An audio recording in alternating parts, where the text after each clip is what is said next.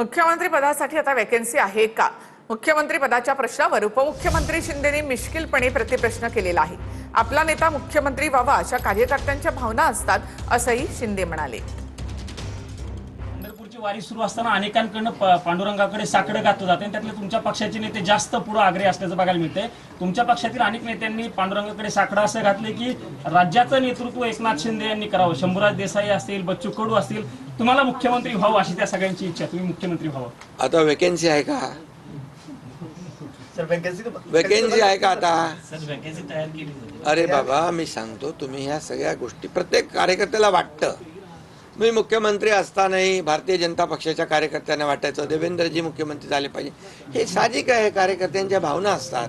पण शेवटी बघा, आमचा अजेंडा जो आहे, आमचा अजेंडा मुख्यमंत्र्याची खुर्ची मिळवणं नाही आहे.